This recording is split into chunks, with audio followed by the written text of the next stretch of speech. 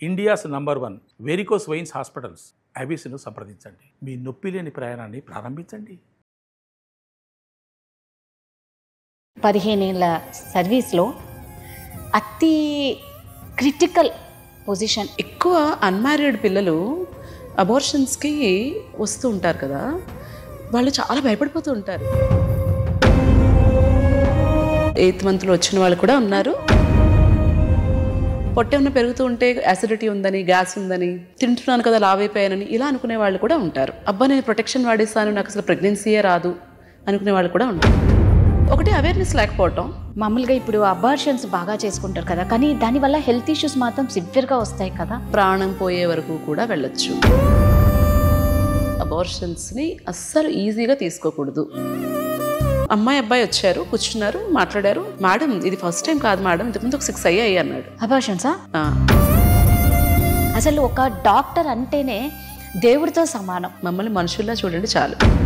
Normal delivery అయితే డబ్బులు రావు కాబట్టి గైనకాలజిస్టులు సిజేరియన్ చేసేస్తారు అనుకుంటారు. ఏంటి రీజను, ఎందుకు చేశారు, కారణం ఉండే చేసుంటారు కదా అన్న బెనిఫిట్ ఆఫ్ డౌట్ అసలు డాక్టర్కి ఇస్తున్నారు ఈ రోజుల్లో. నీ గోల్ నార్మల్ డెలివరీ అయినా బేబీ ఎలా ఉన్నా పర్వాలేదా? సో ఇక్కడ నన్ను కదా విలన్లా చూశారు. ఇలాంటి పేషెంట్స్ని ట్రీట్ చేసినప్పుడు బాధ వచ్చేస్తుంది. నమస్తే, India's largest digital media network Suman టీవీకి స్వాగతం. Welcome to Suman TV Mahalakshmi.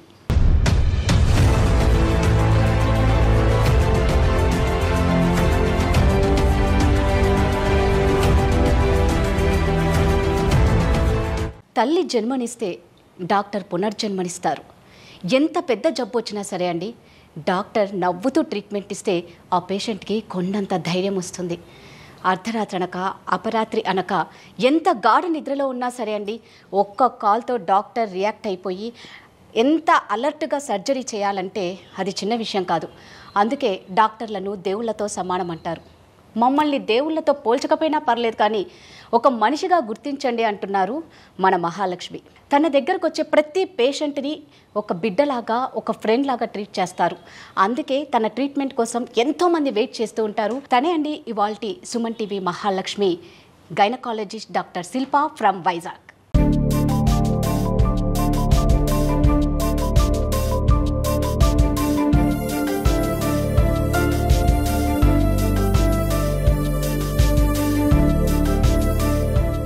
నమస్తే అండి.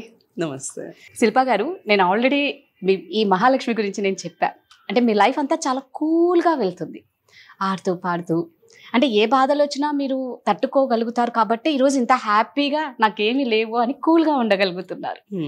ఫస్ట్ శిల్ప గారి బాల్యం గురించి తెలుసుకోవాలని ఉంది, ఇంత హ్యాపీగా లైఫ్ని ఎంజాయ్ చేస్తున్నారు కాబట్టి. హ్యాపీనెస్ అన్నది ఒక మనిషి పర్స్పెక్టివ్.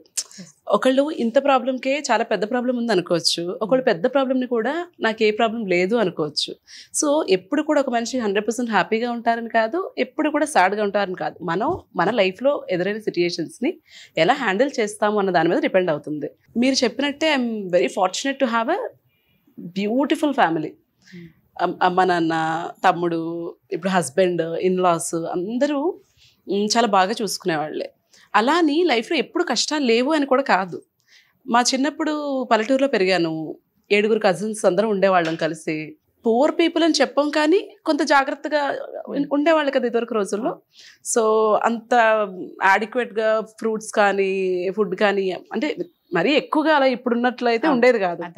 సో పల్లెటూరులోనే చదువుకున్నాను 6th క్లాస్ వరకు, 6th 7th క్లాస్ వరకు. తర్వాత తెలుగు మీడియంలోనే చదువుకున్నాను నేను 10th క్లాస్ వరకు. తర్వాత సడన్గా ఇంటర్మీడియట్ ఇంగ్లీష్ మీడియంలోకి షిఫ్ట్ అవటం, ఆ ట్రాన్సిషన్ కొంచెం ఇబ్బంది పడ్డాను. తర్వాత మళ్ళీ MBBS అడ్మిషన్కి, తర్వాత మళ్ళీ MBBS అంతా PG అడ్మిషన్కి. ఎవరి లైఫ్ స్మూత్గా ఉంటుందని అనను, కానీ మంచి సపోర్ట్ సిస్టమ్ ఉంటే మనకి చిన్న చిన్న కష్టాలు ఎదురైనా కూడా మనం ఓవర్కమ్ చేయగలం. ఎగ్జాక్ట్లీ. అండ్ ఇంకొకటి ఏంటంటే, ఈ కొంతమందికి ఇన్హరెంట్గా నేచర్ ఉండొచ్చు, ఏ కష్టమైనా ఫేస్ చేసే యాటిట్యూడ్ ఉండొచ్చు, అందరూ ఒకలా ఉండరు కదా. సో ఇది మనం పిల్లలకి చిన్నప్పటి నుంచి కూడా వాళ్ళకి పెంచాలి. కష్టం తెలియకుండా పెంచాను నేను అని గొప్పగా ఫీల్ అవుతారు చాలామంది. That is not right. Reality తెలియాలి. పిల్లల పెంపకం నుంచి కూడా మనం అది వాళ్ళకి అలవాటు చేయాలి. అప్పుడు రేపు పొద్దున ఒక కష్టం వచ్చినా కూడా వాళ్ళు తట్టుకుని నిలబడగలుగుతారు. సో అన్నిటికీ నిజంగా తట్టుకునేలా పేరెంట్సే పెంచాలేమో. పెంచాలి. అండ్ ఇప్పుడు ఒక యూట్యూబ్ ఛానల్ సక్సెస్ అవటము, కెరియర్ టేక్ ఆఫ్ అవటము, ఒక హాస్పిటల్ పెట్టుకోవడము, ఈ సిచ్యుయేషన్లో ఉన్నాను. బట్ ఇది ఎప్పుడూ లేదు కదా, దీనికి ముందు స్ట్రగుల్స్ కూడా ఉన్నాయి. అండ్ చాలామంది ఏమనుకుంటారంటే ఈ సోషల్ మీడియా వచ్చిన తర్వాత జరుగుతున్నవి ఇవి కనిపించిందే నిజం అనుకుంటారు. కరెక్ట్. ఇప్పుడు మనం నవ్వుతూ ఒక పిక్చర్ పెట్టాం అనుకోండి, అబ్బా వీళ్ళ లైఫ్లో మొత్తం హ్యాపీనెస్సే ఉంది అనుకుంటారు, ఏం కష్టాలే లేవనుకుంటారు. కానీ మనకు తెలియదు కదా, ఇప్పుడు మీకు నేను నవ్వుతూ కనిపిస్తున్నాను, నాకు ఎన్ని ప్రాబ్లమ్స్ ఉన్నాయి మీకు తెలియదు కదా. సో కనిపించినంత నిజం కాదు. ఎవరు కష్టం ఫోటో తీసి పెట్టుకోరు కదా సోషల్ మీడియాలో. పెట్టుకుంటావా? మనం ఏడుస్తూ ఫోటో తీసి పెట్టుకోం కదా. సో ప్రతి మనిషి హ్యాపీగా ఉంటారు, వాళ్ళ కష్టాలు లేవు, నాకే కష్టాలు ఉన్నాయి. ఆ విక్టిమ్ మైండ్ సెట్ అనేది మాత్రం నాకు నచ్చదు. దీనికి ఎగ్జాంపుల్ ఏంటంటే, ఒక లేడీని నేను ట్రీట్ చేశాను, మేబీ 1 year అయినట్టుంది. చాలా మందిని పేషెంట్స్ని చూస్తాం కదా, అన్ని గుర్తుండవు, బట్ కొన్ని ఇన్సిడెంట్స్ గుర్తుండిపోతాయి. ఆవిడ ఏంటంటే చాలా దీనమైన స్థితిలో ఉన్నాను, నేను చాలా హెల్ప్లెస్ అని, చాలా వీక్గా వచ్చారు. ఏమైందమ్మా అంటే, ఇక్కడ ఇంత దెబ్బ ఉంది. ఏమైందమ్మా అంటే, మా బాబు కొట్టేశాడమ్మా నేను నన్ను అని చెప్పాడు. ఏం చదువుతున్నాడు అంటే ఇంజనీరింగ్ చదువుతున్నాడు. ఇంజనీరింగ్ చదువుతున్న బాబు 40 ఏళ్ల తల్లిని కొట్టడం ఏంటి, ఎందుకు అలా అయింది అంటే, ఏం చేస్తావమ్మా నా పరిస్థితి అంతా, నా హస్బెండ్ నన్ను వదిలేసి వెళ్ళిపోయారు, మరి ఈ హస్బెండ్ లేనప్పుడు పిల్లలు ఎలా ఉంటారు, ఇలాగే కదా ఉంటారు, ఎందుకు ఉండాలి, అదే కదా, ఎందుకు ఉండాలి, మిమ్మల్ని మీరు నేను పెథటిక్, నాకు చేత కాదు, నేను ఇంతే అని మీరు యాక్సెప్ట్ చేసి మీరు ఒక వీక్ ఉమెన్ అయినప్పుడు ఆటోమేటిక్గా మీ పిల్లలు కూడా మిమ్మల్ని అలాగే చూస్తారు. మనకి మనం రెస్పెక్ట్ ఇచ్చుకోకపోతే మనకి ఎక్కడ రెస్పెక్ట్ దొరకదు, ఫ్యామిలీలోనూ దొరకదు, బయట దొరకదు. సో ఆ విక్టిమ్ మైండ్ సెట్ అనేది ఉండొద్దు అంటాను నేను. కష్టాలు ఎవరికైనా ఉండొచ్చు, నాకు చాలా పెద్ద కష్టం వచ్చింది 3 ఏళ్ల క్రితం, అది ఓవర్కమ్ అయింది, రేపు పొద్దున వస్తుందేమో ఏమో, అలాంటి లైఫ్ ఆపేయలేం కదా. అయ్యో నాకే ఎందుకు ఇలా వచ్చింది అని ఉండిపోతే ముందుకెలా వెళ్తాం, ముందుకెళ్ళలేం కదా. అంటే గైనకాలజిస్ట్ డాక్టర్ కాబట్టి రకరకాల కేసెస్ చూసింటారు శిల్పా గారు. 15 ఏళ్ళ సర్వీస్లో అతి క్రిటికల్ పొజిషన్ మీరు ఏది చూసి చాలా బాధపడి ఎమోషనల్గా, అంటే మీరు ఇందాక అన్నారు అలాంటి ఎమోషన్స్ మీకున్నాయి, బట్ పేషెంట్ మీ దగ్గరకు వచ్చినప్పుడు ఒక బిడ్డగా మీరు ట్రీట్ చేయాలి, మీరు తల్లులే బిడ్డగా ట్రీట్ చేసి ఇది క్రిటికల్ పొజిషన్ నుంచి మీరు వాళ్ళని బయటికి తీసుకొచ్చి, ఇది నాకు చాలా హ్యాపీ ఇచ్చింది ఈ కేస్ అన్నది ఏముంటుంది, మీకు అన్ని హ్యాపీ మూమెంట్సే ఉంటాయి అందులో. ఎగ్జాక్ట్లీ అందులో ఏదైనా ఒక్కటి ఇంకా క్రిటికల్ అంటే ఇంకా మనం కొన్ని కేసెస్ హ్యాండ్ వదిలేస్తారు. బై డిఫాల్ట్ గైనకాలజీలో అవుట్కమ్ అనేది గుడ్డే ఉండాలి.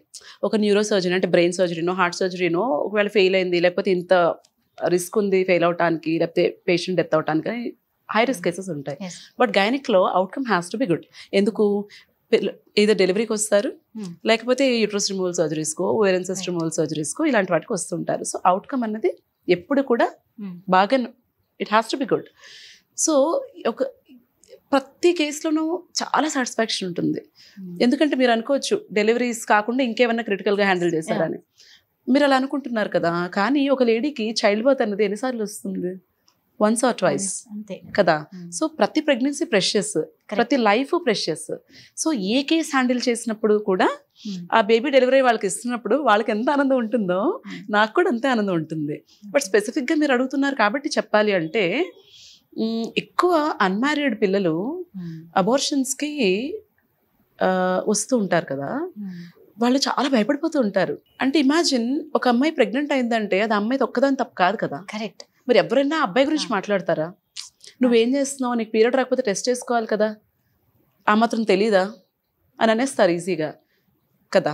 పేరెంట్స్కి చెప్పుకోలేదు, సపోర్ట్ చేసే ఫ్రెండ్స్ ఉండకపోవచ్చు, అది చేసిన మనిషి కనపడ్డు ఆ టైంలో, నువ్వే ప్రపంచం అంటాడు, ఆ మనిషి కనపడ్డు, ఎక్కడికి వెళ్తుంది అమ్మాయి? అలాంటి మనిషి వచ్చినప్పుడు నేను కూడా అదే అంటే ఏమైపోతుంది అమ్మాయి? సో ఇలాగ ఒక అమ్మాయి వస్తే నేను ఏమీ జడ్జ్ చేయలేదు, అమ్మాయిని ట్రీట్ చేశాను, పంపించేశాను. వెళ్ళిపోయేటప్పుడు కాళ్ళు పట్టేసుకుంది ఓపీలో. మరి అంతే కదా, అంత ఎమోషనల్ అయిపోయింది. Is it a big thing? No, it's just an abortion. But is it a big thing for the lady? Yes it was కదా. సో అలాంటి సిచ్యుయేషన్స్ని హ్యాండిల్ చేసినప్పుడు బాగా అనిపిస్తుంది. అంటే ఇప్పుడు నేను అడుగుతున్నా, ఒక పెళ్లి కాని అమ్మాయి మీ దగ్గరికి అంటే ఏ మంత్లో మీ దగ్గరకు వస్తారు? చాలా రకాలు చూస్తాము. 7th monthలో కూడా వస్తారు. 7th month 8th monthలో వచ్చిన వాళ్ళు కూడా ఉన్నారు. అంటే వాళ్ళకు తెలియదు అది ఎలా తెలియకుండా ఐడెంటిఫై చేయకుండా, అంటే అది అంత ఈజీ. ఇప్పుడు 1 month డేట్ రాలేదు Usually, అన్నప్పుడే అంటే పీసీఓడి ప్రాబ్లం అది ఉంటుంది కదా కొంతమందికి, వాళ్ళకి ఇర్రెగ్యులర్ సైకిల్స్ వస్తాయి. Yes, okay. వాళ్ళకి 3 months కో 4 months కో పీరియడ్ రావటం అన్నది వాళ్ళకి నార్మల్ ప్యాటర్న్.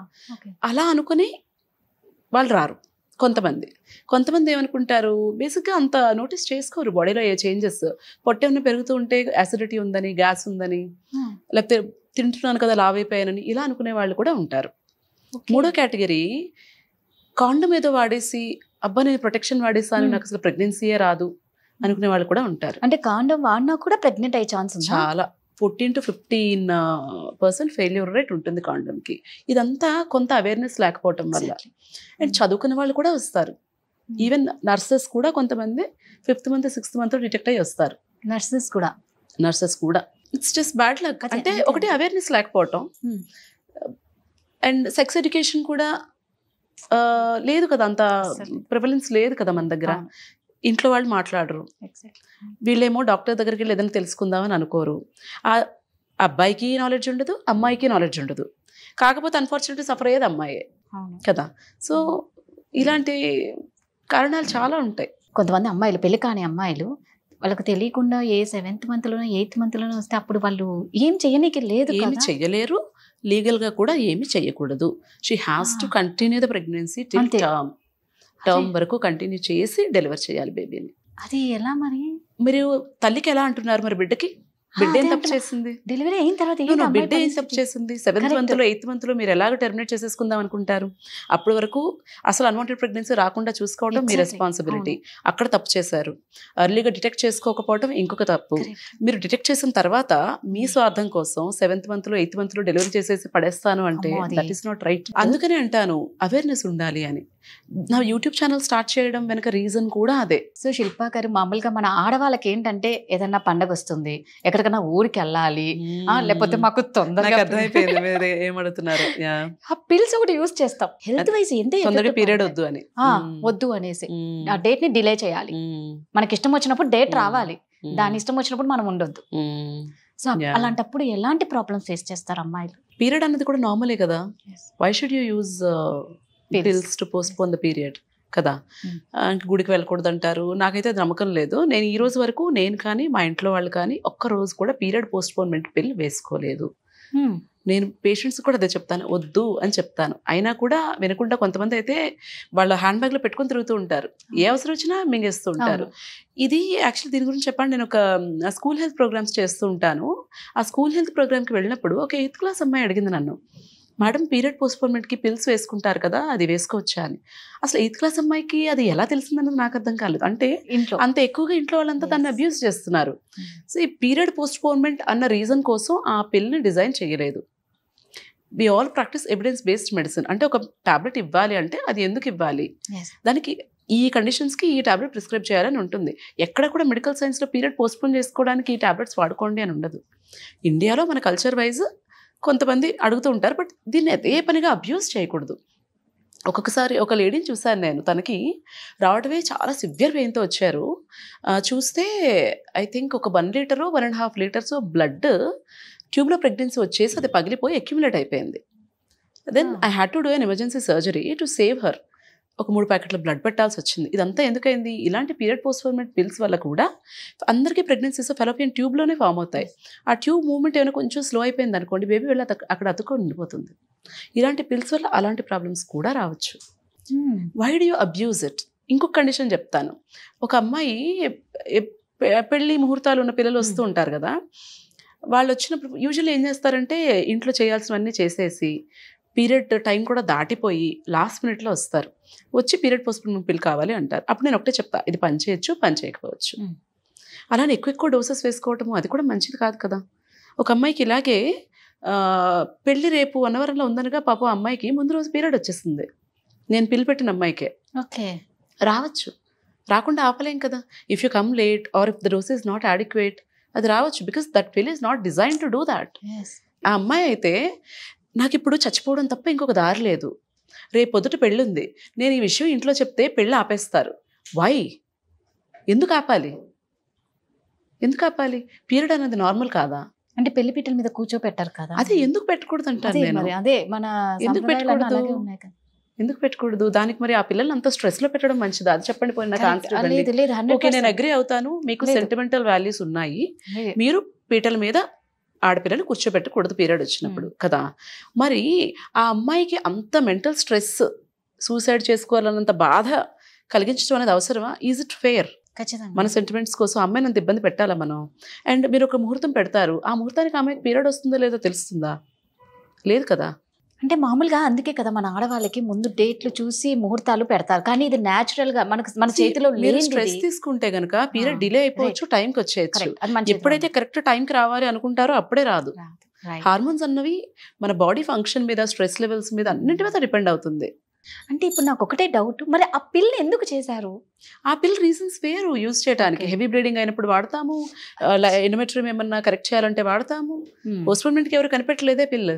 దాన్ని దీనిగా యూజ్ చాలా ఎక్కువ అబ్యూస్ చేస్తున్నారు, పిల్లలకు కూడా అలవాటు చేసేస్తున్నారు. పోనీ ఇంట్లో పోనీ అమ్మాయి పెళ్లి ఓకే మీరు అడిగారు, పెళ్లికి వచ్చే చుట్టాలకి వాడేస్తున్నారు, ఆ చుట్టాల పిల్లలకి వాడేస్తున్నారు. ఎందుకు? మన ఇంట్లో ఫంక్షన్ ఉందంటే మనం మెయిడ్స్ చేత వాడించేస్తున్నాం. డోలో వాడినట్టే. That is not right. You should never abuse your body. Learn to respect your body. ఆ అమ్మాయి పెళ్లి క్యాన్సిల్ అయిందా? చేసుకుంది.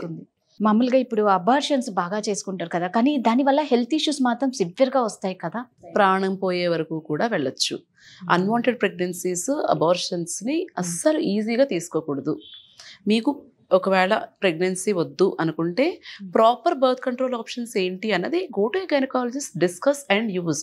మీకున్న సగం జ్ఞానంతో వాడేసి దానికి ప్రెగ్నెన్సీస్ తెచ్చుకొని ఏముందిలే అన్వాంటెడ్ ప్రెగ్నెన్సీ కదా అబార్ట్ అయిపోతుంది అని లైట్ తీసుకోకూడదు. రీసెంట్గా ఒక అమ్మాయి వచ్చింది, అబ్బాయి వచ్చారు, కూర్చున్నారు, మాట్లాడారు, చూశాను, ఓకేనా అన్వాంటెడ్ ప్రెగ్నెన్సీ అన్నారు. సరే టాబ్లెట్స్ ఇస్తాను అని చెప్పాను, ఫామ్స్ సైన్ చేసి రండి అని బయటకు పంపించాను. బయటకు వచ్చి మేడం మీకు ఒక విషయం చెప్పాలి అని మళ్ళీ వాళ్ళిద్దరు లోపలికి వచ్చారు. మేడం చాలా క్యాజువల్గా, మేడం ఇది ఫస్ట్ టైం కాదు మేడం, ఇంతకుముందు ఒక 6 అయ్యాయి అన్నాడు. అబార్షన్సా? 6 అబార్షన్స్ అయ్యాట. నేను అన్నాను, నేను మిమ్మల్ని ట్రీట్ చెయ్యను, మీకు మీ బాడీ మీద, ఆ బేబీ మీద రెస్పెక్ట్ లేకపోవచ్చు, నాకు ఉంది, నేను ట్రీట్ చేయను, మీరు ఎక్కడికి కావాలంటే అక్కడికి వెళ్ళండి, మీరు ఎంత డబ్బులు ఇచ్చినా నేను ట్రీట్ చేయను అని చెప్పి పంపించేస్తాను. ఒకవైపు అన్వాంటెడ్ ప్రెగ్నెన్సీ వచ్చేస్తే ఏం చేయాలో తెలియక కుమిలిపోయి చచ్చిపోవాలా అన్న ఆలోచించే పిల్లలు ఉన్నారు ఒకవైపు. ఇంకొక వైపు ఇలాంటి వాళ్ళు కూడా ఉన్నారు. ఏమవుతుంది, డబ్బులు పడేస్తే డాక్టర్ చేసేస్తుంది. It doesn't happen like that. మీరు పైనుంచి దూకారు అనుకోండి, ఒకసారి దూకారు దెబ్బ తగలేదు, 2 సార్లు దూకారు దెబ్బ తగలేదు, 3వ 4వ తగులుతుంది కదా. Similar case I've seen. Abortion కోసం వచ్చినప్పుడు ప్రెగ్నెన్సీ లొకేట్ చేసుకుంటాం, యూట్రస్లోనే ఉందా అని కన్ఫర్మ్ చేసుకొని పిల్లిస్తాం. ఒక లేడీ ఇలాగే వచ్చారు, హస్బెండ్ ఎక్కడో వేరే దగ్గర ఉంటారు, చాలా ఒబీస్ లేడీ అండ్ తనకి ఆ రోజు శాక్ కనపడలేదు. నాకు ప్రెగ్నెన్సీ విజువలైజ్ అవ్వట్లేదమ్మా, ఒక వారం తర్వాత చూస్తాను అని చెప్పాను. ఆవిడ ఏం చేశారు, అంతకుముందు 7 సార్లు అబార్షన్ పిల్లు వేసుకుందిట. అబ్బా, 8వ సారి నా దగ్గరకు వచ్చింది. నేను అన్నాను, నాకు కనిపించట్లేదమ్మా, ఇప్పుడు నేను ఇవ్వకూడదు, కొంచెం వెయిట్ చేసి రండి, బ్లడ్ టెస్ట్ చేసుకుని రండి అని చెప్తే బయటకు వెళ్ళి ఎవరి దగ్గర తీసుకుని వేసేసుకుంది. సో నాకు ఒక 4 రోజుల తర్వాత కాల్ వచ్చింది ఒక హాస్పిటల్ నుంచి, మేడం మీరు ఒక పేషెంట్ చూశారు 4 days ago, మీరు మళ్ళీ రమ్మన్నారు, కానీ తను ఎక్కడో తీసుకుని పిల్లు వేసేసుకుంది, చావు బ్రతుకుల స్టేజ్లో వెళ్ళింది ఆ హాస్పిటల్కి. ఆ అమ్మాయికి ఏమైంది, ట్యూబ్లో ప్రెగ్నెన్సీ వచ్చింది, గర్భసంచిలో కాకుండా. పిల్లు వేసుకుంది, అది రప్చర్ అయిపోయింది, హెవీ బ్లీడింగ్ అయిపోయి బ్రతుకుతుందా లేదా అన్న సిచ్యుయేషన్లో ఆపరేషన్ చేశారు. Why do you do that is my question. When you have a baby, when you do not want any more kids, what is stopping you from taking a proper birth control method కదా. It's a life కదా that is growing inside us. ఎలాగా 1 సారి 2 సార్లు 3 సార్లు 4 సార్లు 5 సార్లు ఎలా అలా? క్షణిక సుఖానందం కోసం జీవితాలు, ప్రాణాలు పోగొట్టుకుంటున్నారు. అల్టిమేట్ గా పోయేది ఆడవాళ్ళు ప్రాణాలే. I'm not saying sex is not important, but okay go have respect your body is all I'm saying. Consult doctor, use proper precaution. Is it that difficult? ఒక రోజు ఒక బర్త్ కంట్రోల్ పిల్ వేసుకోవడం డిఫికల్టా, లేకపోతే ఒక కాపర్టీ లూప్ పెట్టుకోవడం డిఫికల్టా? Is it difficult? లేదు 2 పిల్లలు ఉన్నారు, ఒక సగం పూట సెలవు పెట్టి ఫ్యామిలీ ప్లానింగ్ ఆపరేషన్ చేయించుకోవడం డిఫికల్టా? What is stopping you from doing that? So అమ్మాయి సేఫ్ అయిపోయిందా సర్జరీ? ఫైనల్లీ ఆవిడ బతికారు. అసలు ఒక డాక్టర్ అంటేనే దేవుడితో సమానం. ఖచ్చితంగా. అంటే దేవుడు తల్లి కడుపు నుంచి జన్మనిస్తే ఆ తల్లి కడుపు నుంచి బయటకు వచ్చిన తర్వాత బతికిచ్చేది డాక్టరే. సో నిజంగా అందుకే మిమ్మల్ని దేవుళ్ళతో సమానం అని అంటారు. I disagree with that. ఎందుకు? సొసైటీ చాలా చేంజ్ అయిపోయింది, మనుషుల యాటిట్యూడ్ చాలా చేంజ్ అయిపోయింది. మమ్మల్ని దేవుళ్ళ చూడక్కర్లేదు, మమ్మల్ని మనుషుల్లా చూడండి చాలు. ఎందుకండి? మేము చేసే పనికి రెస్పెక్ట్ ఇవ్వండి చాలు. ఇప్పుడు చాలా మంది ఏమనుకుంటారు, నార్మల్ డెలివరీ అయితే డబ్బులు రావు కాబట్టి గైనకాలజిస్ట్ సిజేరియన్ చేసేస్తారు అనుకుంటారు కదా. అసలు నిజంగా కారణం ఉండి చేశారా, కారణం లేకుండా చేశారా ఏమీ ఆలోచించరు. డాక్టర్స్ ఉన్నారు, దోచుకుంటారు, ఇలాగే ఆలోచిస్తారు తప్పితే ఏంటి రీజను, ఎందుకు చేశారు, కారణం ఉండే చేసుంటారు కదా అన్న బెనిఫిట్ ఆఫ్ డౌట్ అసలు డాక్టర్కి ఇస్తున్నారు ఈ రోజుల్లో. చాలా వరకు డాక్టర్స్ని డబ్బులు దోచుకునే వాళ్ళలాగా చూసేస్తున్నారు. That attitude is not right. నేనేమంటానంటే ప్రతి పనిలోనూ దైవత్వం ఉంటుంది. ఇప్పుడు మీ కెమెరామ్యాన్ ఉన్నారు, ఆయన పని ఆయన కరెక్ట్గా చేయాలి, ఆ పనిలో దైవత్వం ఉంటుంది. సో నేను స్పెషల్, నేను దేవుణ్ణి, నేను ఏదో గొప్ప పని చేస్తాను అని నేను అన్ను. నేను చేసే పని నేను బాగా చేస్తే నేను దేవుడే, మీరు చేసే పని మీరు బాగా చేస్తే మీరు దేవుడే. I don't believe in God, but I believe in people. So మమ్మల్ని దేవుళ్ళ చూడక్కర్లా, మనుషుల్లా చూసి మా పనికి రెస్పెక్ట్ ఇస్తే చాలు. ఇంతలాగా చెప్తున్నానంటే చూసుంటాం మేము, అదే అర్థమవుతుంది. ఇప్పుడు అన్ని స్టోరీస్ షేర్ చేయడానికి టైం సరిపోదు, అర్థమైపోతుంది. అన్నం బ్రీఫ్ గా నేను చెప్పాలంటే, ఒక అమ్మాయి ప్రీవియస్ 3 ప్రెగ్నెన్సీస్ లాస్ అయిపోయాయి, తర్వాత కన్సీవ్ అవ్వట్లేదని వచ్చారు. మెడిసిన్ పెట్టాను, కన్సీవ్ అయింది, ప్రెగ్నెన్సీ కంటిన్యూ అయింది, అంతా అయింది. సర్విక్స్ బాగా షార్ట్ అయిపోయింది, ఫుల్ రెస్ట్లో ఉంచాము, ప్రెగ్నెన్సీ టర్మ్ వరకు కంటిన్యూ అయింది. డెలివరీకి ట్రై చేసేటప్పుడు ఇంకేవో కండిషన్స్ ఉన్నాయి, మా బెటర్ మీకు సిజేరియన్ చేసుకోవడం సేఫ్ అన్నాను. లేదు నార్మల్ కావాలి అన్నారు. సరే మా నార్మల్ చేస్తాను అన్నాను. ఇంజెక్షన్ స్టార్ట్ చేసి వెళ్ళాను ఇంటికి. సిస్టర్కి చెప్పానమ్మా చూసుకోండి, ఫాస్ట్గా వెళ్ళకూడదు అని. వాళ్ళు ఏంటి, ఒకవేళ రెస్పాన్స్ రాకపోతే నేను సిజేరియన్ చేసేస్తానేమోనని నేను ఇంత జాగ్రత్తగా కంటికి రెప్పలా 9 నెలలు ఆ ప్రెగ్నెన్సీని కంటిన్యూ చేసి జాగ్రత్తగా అక్కడ వరకు తీసుకొస్తే, నేను ఇంటికి వెళ్ళి డ్రెస్ చేంజ్ చేసుకుని వచ్చే లోపల 3/4 బాటిల్ ఫ్లూయిడ్ పంప్ చేస్తాడు వైఫ్ బాడీలోకి. అదేంటి, నార్మల్ డెలివరీ అయిపోవాలని. పెయిన్స్ వచ్చేస్తే నార్మల్ డెలివరీ అయిపోద్ది. నీ బిడ్డ గురించి నీకు వరీ లేదా, నేను ఎందుకు అంత లెక్కలు వేసి మరీ ఆ డ్రాప్ సెట్ చేసి వెళ్ళాను. గట్టిగా పెయిన్స్ వచ్చేస్తే బేబీ ఏమైపోతుంది. వెళ్ళాను, చూశాను, పరిగెత్తుకుంటూ మళ్ళీ ఇంటికి హాస్పిటల్కి వెళ్ళాను, చూశాను బాగానే ఉంది, సెట్ చేశాను. అలా చేయకండి అని చెప్పాను. వీళ్ళు నేను ఇంటికి వెళ్ళిపోతే మళ్ళీ ఇలాగే చేస్తారనిపించి కిందనే ఉండిపోయాను రూమ్లో. అప్పుడు చెప్పాను, ఉమ్మనీళ్ళు ఏమన్నా లీక్ అయితేనా కొంచెం యాక్సిలరేట్ అవుతుంది, నార్మల్ డెలివరీ అవడానికి ఛాన్స్ బాగుంటుంది అని చెప్పాను. ఇలా చెప్పి కిందకి వెళ్ళక 5 minutesలో ఫోన్ వచ్చింది, మేడం ఉమ్మనీళ్ళు లీక్ అయిపోయాయి పేషెంట్కి అని. వెళ్ళి చూశాను, ఉమ్మనీళ్ళు చక్కగా ఉన్నాయి, మెంబ్రెయిన్ లీక్ లేదు, ఏం లేదు. కింద ఫ్లోర్ మీద చూస్తే ఎన్ని నీళ్ళు ఉన్నాయి. ఏంటి అంటే బాత్రూంలోంచి బకెట్లో మగ్లో వాటర్ తీసుకొచ్చి కింద పోసేసారట. అదేంటి, ఉమ్మనీళ్ళు లీక్ అయితే నార్మల్ డెలివరీ చేస్తానన్నాను కదా అందుకు. అంటే నీ అవుట్కమ్, నీ గోల్ నార్మల్ డెలివరీ అయినా బేబీ ఎలా ఉన్నా పర్వాలేదా? సో ఇక్కడ నన్ను కదా విలన్లా చూశారు. అంటే నేనంటే కదా నమ్మకం లేదు అక్కడ. ఎందుకు, డాక్టర్లు డబ్బుల కోసం మాత్రమే సిజేరియన్ చేస్తారు అన్న ఒక అపోహ వల్ల ఇలాంటి పేషెంట్స్ని ట్రీట్ చేసినప్పుడు బాధ వచ్చేస్తుంది. ఖచ్చితంగా ఆ అమ్మాయికి ఎప్పుడెప్పుడు బేబీ పుడుతుందా అని నేను ఎంతో ఆతృతగా ఎదురు చూశాను. ఆ కప్పులు ఎలా చూశారో నేను అలా చూశాను. ఎందుకంటే అసలు ఆ వీక్ గడుస్తుందా లేదా అన్నట్టు ఉండే తన ప్రెగ్నెన్సీ జర్నీ అంతాను. When people treat you like that, I don't want you to treat me like a God, treat me like a normal person. ఇందాక మనం అనుకున్నాం కదా, అబార్షన్ పిల్స్, కొన్ని పిల్స్ వాడటం వల్ల కూడా క్యాన్సర్ వస్తుంది అన్నారు, అది నిజమేనా? లేదు, abortion pills won't cause cancer. క్యాన్సర్కి మనం ఈ చిన్న చిన్న పిల్స్ వీటిని బ్లేమ్ చేయడం కంటే కూడా మన లైఫ్ స్టైల్ ఎలా ఉందన్నది చూసుకోవాలి. ఫస్ట్ అసలు హెల్దీ ఫుడ్ తింటున్నామా, ఎక్సర్సైజ్ చేస్తున్నామా, అండ్ రెగ్యులర్ స్క్రీనింగ్స్ ఉంటాయి. ఇప్పుడు సర్వైకల్ క్యాన్సర్ ఉంది, చాలా ఈజీ కదా డిటెక్ట్ చేసుకునే టెస్ట్, అది చేయించుకుంటున్నామా? బ్రెస్ట్ క్యాన్సర్కి చిన్న ఎక్స్రే లాంటిది, మ్యామోగ్రామ్ లాంటిది చేస్తే సరిపోతుంది కదా, అది చేయించుకుంటున్నామా? బ్రెస్ట్ క్యాన్సర్కి మ్యామోగ్రామ్ టెస్ట్ ఉంటుంది, 2 yearsకి ఒకసారి, 40 years దాటిన తర్వాత చేసుకోవాలి.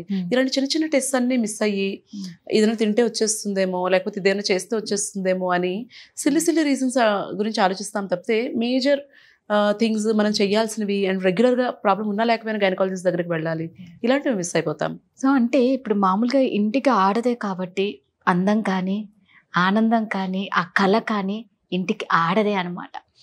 మీ దృష్టిలో ఎలా అంటారు? అమ్మాయి అంటేనే నిజంగా, అందుకే మహాలక్ష్మి అంటారు, ఒక ఆదిశక్తి అంటారు. అంటే ఆడవాళ్ళకి మా ఇంట్లో అలాగే ట్రీట్ చేస్తారు, ఆడపిల్లల్ని స్పెషల్ గానే ట్రీట్ చేస్తారు చాలా, అబ్బాయి కంటే కూడా.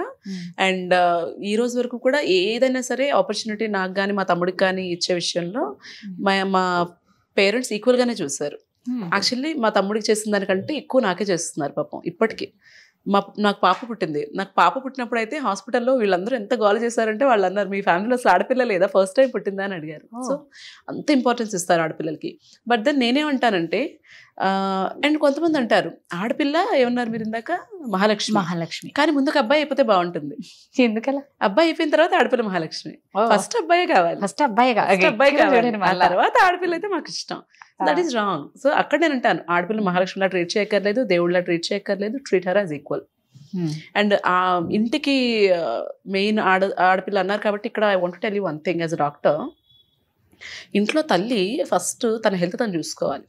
అప్పుడు ఇంట్లో హెల్త్ అంతా బాగుంటుంది. అమ్మలు ఏమనుకుంటారంటే నేను స్వార్థంగా ఉండకూడదు, నేను టైంకి తినకూడదు, అందరికీ పెట్టే నేను తినాలి అనుకుంటారు. That is wrong. ఇప్పుడు ఒక టిపికల్ హౌస్ అనుకుందాము, ఫాదర్ ఏమీ వంట చేయరు కదా, మేబీ 7 o'clock 8 o'clock లేస్తారేమో, పేపర్ పట్టుకుంటారేమో, 7 వేలు కాఫీ తెచ్చిస్తుంది, అప్పటికి టిఫిన్ రెడీ చేసి ఉంటుంది. పిల్లలు అప్పుడే లేస్తారు. ఈ రోజుల్లో పిల్లలు కూడా చాలా మటుకు ఏం చేయట్లేదు. సో వాళ్ళకి అన్ని సర్ది పెడుతుంది. అంత అంటే నేనేం చెప్తున్నానంటే అప్పటివరకు మన యాక్టివిటీ ఈజ్ వెరీ లో. మనకు అన్నిటికంటే ముందే అమ్మాయిలు ఆవిడ లెగుస్తారు, ఆవిడ పనిచేస్తారు. మనం అప్పుడే లేచి ఫస్ట్ మనకి ఫుడ్ వస్తుంది. మరి ఆవిడ ఉదయం నుంచి లేచి పనిచేస్తున్నారు కదా, ఆవిడ కదా ఫస్ట్ తినాలి. సో మీరు ఫుడ్ తీసుకోవటం టైంకి, మీరు మీ హెల్త్ గురించి చూసుకోవటం కానీ, లేదు మీరు మీ ఫ్రెండ్స్తో టైం స్పెండ్ చేయడానికి వారానికి ఒకసారి బయటకు వెళ్ళటం కానీ, రోజు ఒక అరగంట వాకింగ్కి వెళ్ళటం కానీ, ఇది సెల్ఫిష్ కాదు. Correct. Take that time for your self. ఇంట్లో తల్లి హెల్తీగా ఉంటే ఇల్లంతా హెల్తీగా ఉంటుంది. ఇంట్లో తల్లికి ప్రాపర్గా ఫుడ్ కుక్ చేయటం కానీ, ఎలాంటి ఫుడ్ పిల్లలకి పెట్టాలన్న నాలెడ్జ్ కానీ, హెల్తీగా ఉండడానికి ఏమేం చేయాలన్న నాలెడ్జ్ కానీ తల్లికి ఉంటే ఇల్లు బాగుంటుంది. ఇల్లు బాగుంటే సొసైటీ బాగుంటుంది. ఆడవాళ్ళు మెచ్యూర్ అనేది ఒక ఏజ్కి వస్తుందేమో తెలియదు, కానీ ఇప్పుడున్న సిచ్యువేషన్లో 8 yearsలోనే మెచ్యూర్ అవుతూ ఉన్నారు. రీసెంట్గా నేను విన్నా, 8 years అమ్మాయి మెచ్యూర్ అయితే ఆ అమ్మాయి ఏడుస్తుంది, వాళ్ళ అమ్మ ఏడుస్తుంది, వాళ్ళ అమ్మకు ఫోన్ చేసి వాళ్ళ అమ్మమ్మ అంటే ఆ అమ్మాయి వాళ్ళ అమ్మ వాళ్ళ అమ్మమ్మ అందరూ ఏడుపులే. ఇక్కడ అసలు ఎందుకు అంటే అసలు ఆ వయసులో పాపం 8 yearsకి స్టార్ట్ అయితే ఎన్ని ఇయర్స్ దాన్ని మోయాలి ఆ బిడ్డ. అది అంటే ప్రికాషన్స్ ప్యూబర్టీ అంటాము. కొన్ని కండిషన్స్లో హార్మోనల్ చేంజెస్ వల్ల అవుతుంది. జెన్యూన్గా ఆ అమ్మాయి బాడీలో కొన్నిసార్లు హార్మోనల్ చేంజెస్ వల్ల అలాంటి ప్రాబ్లమ్స్ వస్తాయి. బట్ యూజువల్లీ ఈ రోజుల్లో ఏంటంటే లైఫ్ స్టైల్ ప్రాబ్లం. అది కూడా చాలా రిఫైన్డ్ ఫుడ్, ఎక్కువ కార్బోహైడ్రేట్స్ ఉన్న ఫుడ్, డీప్ ఫ్రైడ్ ఫుడ్స్, పిల్లలు జంక్ ఫుడ్ అంటే బయట తినాలంటే KFC అంతే, కూల్ డ్రింక్స్, పేరెంట్స్తో పాటు పిల్లలు కూడా సోడాస్ అన్ని తాగుతున్నారు కదా. అలాగే నాన్ వెజ్ తింటాం ఎక్కువైపోయింది. అండ్ మిల్క్ కూడాను, ఇంతకుముందు కౌ మిల్క్ తాగేవాళ్ళం, అది కూడా గ్రాస్ ఫెడ్ కౌ మిల్క్ తాగేవాళ్ళం. ఇప్పుడు అన్నీ కూడా కొంత కల్తీ అయిపోయాయి కదా. అండ్ యాక్టివిటీ లేదు. అమ్మకు ఫోను, నాన్నకు ఫోను, బిడ్డకు phone. And usual one single child, nuclear families, ఆడుకోవడానికి పిల్లలు ఉండరు. ఏదో ఒక యాక్టివిటీ ఉండాలి పిల్లలకి. అండ్ వాళ్ళు తినే ఫుడ్ కూడా మనం చూడాలి కదా. కార్న్ఫ్లేక్స్, పాలు, మనం కార్న్ఫ్లేక్స్ పాలు తిని పెరగలేదు కదా. ప్యాకెట్లోంచి ఇలా ఓపెన్ చేసుకుని తినే ఫుడ్ మనం తినలేదు కదా. Actually first thing in the morning package foods తినకూడదు. అండ్ బ్రాయిలర్ చికెన్, మన లెవెల్ ఆఫ్ లివింగ్ పెరిగిన తర్వాత మనం తినే ఫుడ్ క్వాంటిటీ కూడా బాగా పెరిగిపోయింది. నేను మీకు ఫస్ట్ చెప్పాను, మాకు తినడానికి సరిపడా ఉండేది, కానీ బాగుంది ఇంకొంచెం తిందామంటే అంత ఎక్కువ ఉండేది కాదు. సో ఇప్పుడు ఏంటి, అబండెన్స్. అది సరిపోతుందన్నా కూడా మనం ఇంకా కొసరి వడ్డించేస్తాం. తిను తిను తిను. ఎంత తింటున్నారు పిల్లలు, ఎంత ఖర్చు పెడుతున్నారు. యాక్టివిటీ తగ్గిపోయింది కదా బాగా. కూర్చుంటారు, టీవీ చూస్తారు, లేకపోతే టీవీలో గేమ్స్ ఆడతారు, బయటకు వెళ్ళి ఆడుకునేది తగ్గిపోయింది. వీటి వల్ల అబ్బాయిల కంటే కూడా అమ్మాయిలు ఎక్కువ ఎఫెక్ట్ అవుతారు. అమ్మాయిలు హార్మోనల్ చేంజెస్ వచ్చేస్తాయి. దానివల్ల PCOD అని, ఇన్ఫర్టిలిటీ అని, వీటన్నింటితో సఫర్ అవుతారు. ఇదే food habits changes, life style problems వల్ల అబ్బాయిలకి కూడా వాళ్ళు పెద్దయ్యాక తెలుస్తుంది. స్పర్మ్లో ప్రాబ్లమ్స్ వస్తాయి, ప్రెగ్నెన్సీస్ రావడానికి ప్రాబ్లమ్స్ వస్తాయి. ఆ తర్వాత మామూలుగా ఇప్పుడు మా లేడీస్గా ఎక్కువ జీన్స్, ఇప్పుడు అందరికి బాగా అదొక ట్రెండ్ అయిపోయింది, మంచిగా జీన్స్ వేసుకుంటారు. సో దానివల్ల కూడా జీన్స్ వల్ల ఏమన్నా ప్రాబ్లం అంటే ఆ టైట్ క్లోత్స్ వేసుకోవటం వల్ల ఏంటంటే ఎయిర్ సర్క్యులేషన్ అన్నది ప్రైవేట్ పార్ట్స్ దగ్గర సరిగ్గా జరగదు. దానివల్ల వెజనల్ ఇన్ఫెక్షన్స్ కానీ, యూరిన్ ఇన్ఫెక్షన్స్ కానీ రావడానికి ఛాన్స్ ఉంటుంది. సో మనం వాటర్ ఎక్కువ తీసుకోవాలి అని అంటారు, ఓకే. బట్ ఆఫీస్ ప్లేసెస్లో లేదంటే ఎక్కడైనా బయటకు వెళ్ళినప్పుడు ఏమైపోతుందంటే యూరిన్ని స్టాప్ చేసుకుంటారు. Wrong habit again. అండ్ ఇంకా ఏం చేస్తారు, వాళ్ళే ఉదయం ఆఫీస్కి వచ్చారనుకోండి, వాష్రూమ్స్ క్లీన్గా ఉండవనో ఏదో రీజన్కి ఉదయం నుంచి ఈవినింగ్ వరకు వాటర్ తాగరు. ఇంటికి వెళ్ళగానే 1 లీటర్ వాటర్ తాగేస్తారు, తాగేస్తాం ఇవాటికి అనుకుంటారు. That is not right. మీరు throughout the day at regular intervals water తీసుకుంటూ ఉండాలి. అలాగే at regular intervals urine pass చేసేస్తూ ఉండాలి. అప్పుడే ఇన్ఫెక్షన్స్ రాకుండా ఉంటాయి. సో ఇప్పుడు మామూలుగా మొబైల్స్ మనం చూసుకుంటే పక్కన పెట్టుకొని పడుకోవడం, లేదు అంటే కొంతమంది లేడీస్ బ్లౌజ్ లో, అంటే ముఖ్యంగా మెయిడ్స్ చూస్తాం మనం, బ్లౌజ్ లో పెట్టేసుకుంటారు. ఈవెన్ సెల్ ఫోన్స్ పాకెట్ లో, ప్యాంట్ పాకెట్ లో పెట్టుకోవడం కూడా నాట్ ఎ గుడ్ హ్యాబిట్. దానివల్ల కూడా స్పర్మ్స్ అవి డ్యామేజ్ అవ్వచ్చు. ఇప్పుడు మెయిల్ ఇన్ఫర్టిలిటీ కూడా బాగా పెరిగిపోతుంది కదా. ఒకటి స్మోకింగ్, ఆల్కహాల్, ఈ రేడియేషన్ ఎక్స్పోజర్, పొల్యూటెడ్ ఎన్వైరన్మెంట్. మనం చేయగలిగినవన్నా మనం చేయాలి కదా. ఎయిర్ పొల్యూషన్ అయినా కరెక్ట్ చేసేయగలమా? చేయలేం కదా. చిన్న చిన్న చేంజెస్ మనం చేసుకోగలిగేవి మనం చేయాలి. పడుకునేటప్పుడు ఫోన్ కొంచెం దూరంగా పెట్టుకోవటము, అవసరం లేకపోతే ఇంట్లో రౌటర్స్ అవి ఆఫ్ చేసుకోవటము, అన్నెసరీ వైఫై అవసరం లేనప్పుడు ఆఫ్ చేసుకోవటము, ఇలాంటి చిన్న చిన్న చేంజెస్ చేసుకుంటే మంచిది. సో ఇప్పుడు మామూలుగా ఇప్పుడు ప్యాడ్స్ పెట్టుకోవడం వల్ల కొన్ని డిసీజ్ వస్తాయి అని అంటారు. ఇప్పుడు కప్స్ కూడా వస్తున్నాయి కదా. అంటే ప్యాడ్ పెట్టుకోవడం వల్ల డిసీజ్ వస్తుంది, కప్ పెట్టుకోవడం వల్ల డిసీజ్ ఉండదు అని కాదు. ప్యాడ్స్ కూడా యూస్ చేసుకోవచ్చు. రెగ్యులర్గా 4 to 6 hours ప్యాడ్ని ప్రాపర్గా డిస్పోజ్ చేసేయాలి. ప్రైవేట్ పార్ట్స్ అనేది క్లీన్గా ఉంచుకోవాలి. చక్కగా పీరియడ్ టైంలో కూడా వాటర్ తీసుకోవాలి, హెల్దీ ఫుడ్ తీసుకోవాలి, ఇవన్నీ పాటించాలి. Menstrual cup is a very good alternative. మనం భూమి మీదకి వచ్చినప్పుడు మన భూమి ఎలా ఉందో దానికంటే బెటర్గా తయారు చేసి మనం ఇవ్వలేము మన పిల్లలకి కానీ మన తర్వాత జనరేషన్స్కి కానీ. అట్లీస్ట్ దాన్ని పాడు చేయకుండా ఇస్తే చాలు. అలాంటివి చెయ్యాలంటే చిన్న చిన్న చేంజెస్. ప్లాస్టిక్ వాటర్ బాటిల్స్లో తాగకపోవడం, ఎక్కడికైనా బయటకు వెళ్ళామంటే ఒక స్టీల్ వాటర్ బాటిల్ క్యారీ చేయండి. పిల్లలకి ఏ డైపర్స్ అవసరం ఉన్నా లేకపోయినా వేయకండి. మీరు కూడా శానిటరీ ప్యాడ్ మానేసి మెన్స్ట్రువల్ కప్కి స్విచ్ అవ్వండి. మన హెల్త్కి బాగుంటుంది, ఎన్వైరన్మెంట్కి కూడా మంచిది. ఎనీహౌ మీ వాల్యుబుల్ టైం మాకు ఇచ్చినందుకు, వైజాగ్ నుంచి వచ్చారండి, నిజంగా మీకు చాలా చాలా చాలా thank you for inviting me. Much అండి. చూసారు కదండి, ఇవాళ మహాలక్ష్మితో బోల్డ్ అన్ని ముచ్చట్లు, బోల్డ్ అంత నాలెడ్జ్ పెంచుకున్నాం. సో మరో వారం మరో మహాలక్ష్మితో కలుద్దాం. అంతవరకు సెలవు, నమస్కారం.